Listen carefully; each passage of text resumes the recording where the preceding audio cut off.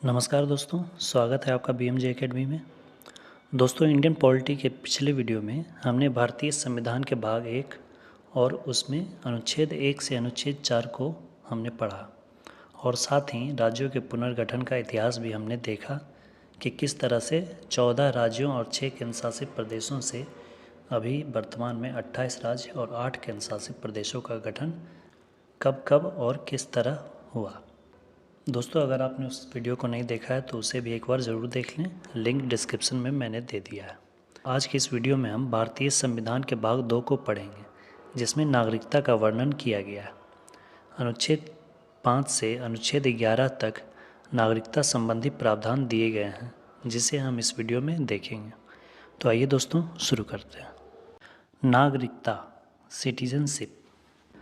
भारतीय संविधान के भाग 2 में अनुच्छेद 5 से अनुच्छेद 11 तक नागरिकता के बारे में चर्चा की गई है।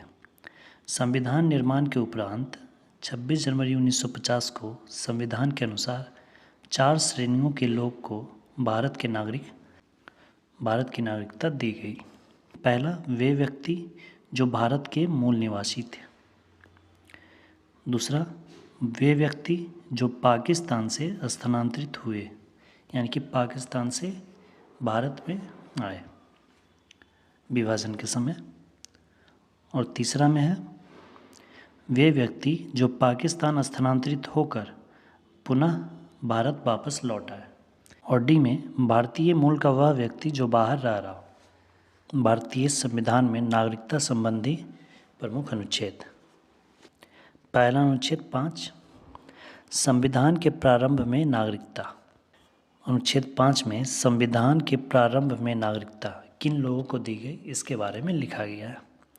वह व्यक्ति जो भारत का मूल निवासी हो, जन्म, जैसे इसका मतलब कि उसका जन्म भारत में हुआ हो, या माता पिता में से किसी एक का जन्म भारत में हुआ हो, या संविधान लागू होने के 5 वर्ष पूर्व से भारत में रह रहा हो, उसे भारत की नागरिकता दी गई। पाकिस्तान से भारत को प्रव्रजन करने वाले कुछ व्यक्तियों के नागरिकता का अधिकार।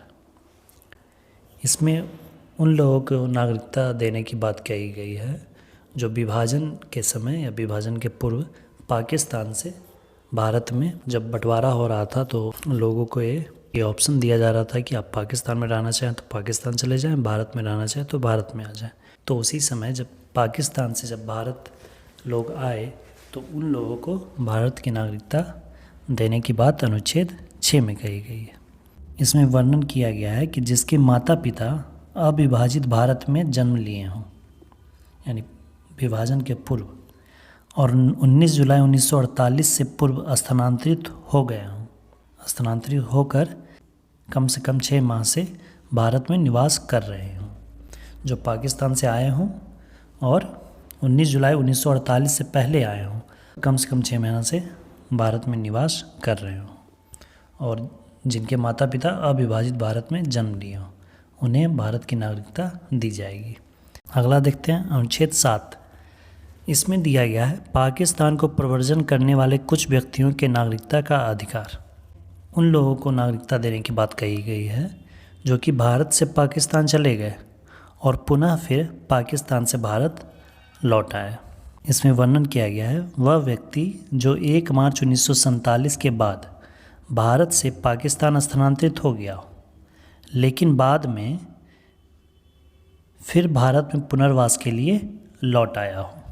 इसके लिए उसे एक प्रार्थना पत्र पंजीकरण करवाना पड़ता था और उसके बाद 6 माह के बाद उसे नागरिकता दे दी जाती थी। अगला है अनुच्छेद 8। इसमें वर्णन किया गया है कि भारत से बाहर रहने वाले भारतीय मूल के कुछ व्यक्तियों के नागरिकता का अधिकार। वैसे भारतीय नागरिक जो भारत में रह नहीं रहे हैं, भारत के बाहर रह रहे हैं, लेकिन जिस देश में रह रहे हैं वहाँ की नागरिकता उन्होंने ली नहीं है, तो वैसे व्यक्तियों को भी भारतीय नागरिकता दी जाएगी।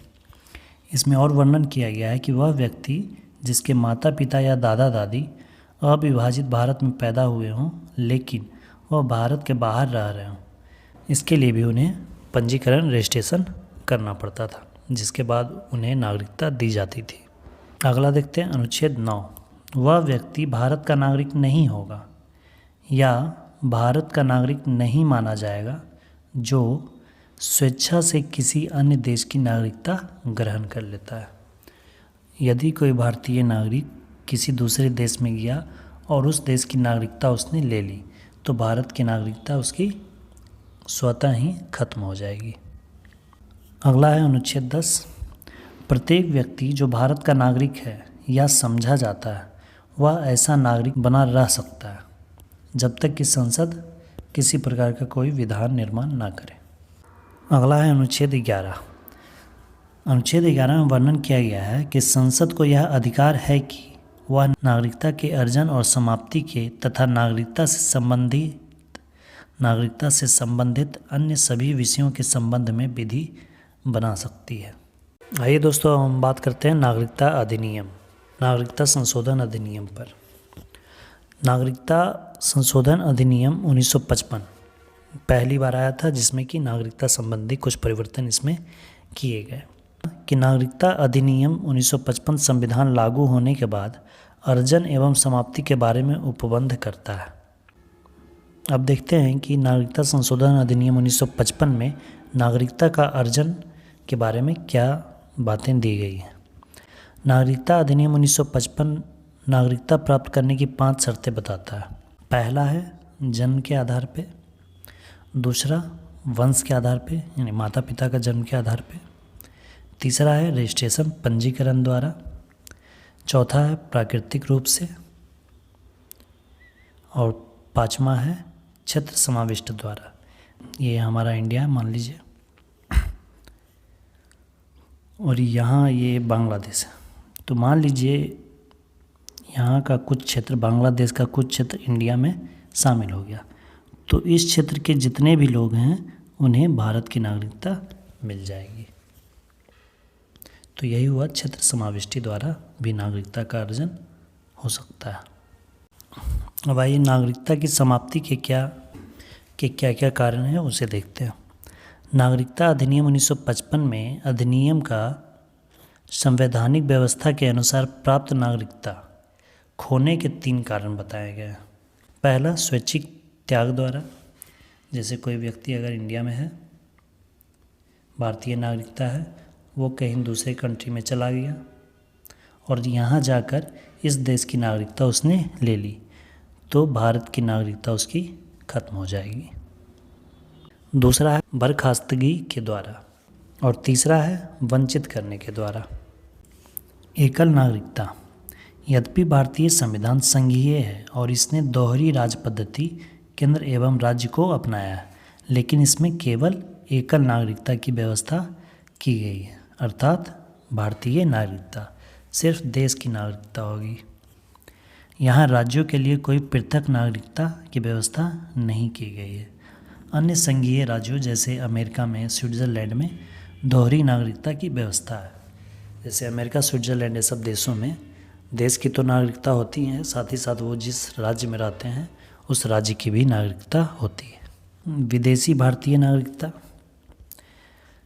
LM सिंघवी कमेटी की रिपोर्ट जनवरी 2002 के अनुसार नागरिकता संशोधन अधिनियम 2003 में विदेशी भारतीय नागरिकता का प्रावधान किया गया। इसमें पाकिस्तान और बांग्लादेश को छोड़कर 16 निर्दिष्ट देशों के भारतीय मूल के व्यक्तियों के लिए ही दिया गया है। बाद में नागरिकता संशोधन अधिनियम 2005 में सभी देशों के भारतीय मूल के व्यक्तियों को विदेशी भारतीय नागरिकता प्रदान करने की प्रावधान किया गया, लेकिन इसमें भी पाकिस्तान और बांग्लादेश को छोड़ दिया गया। नागरिकता अधिनियम 2019।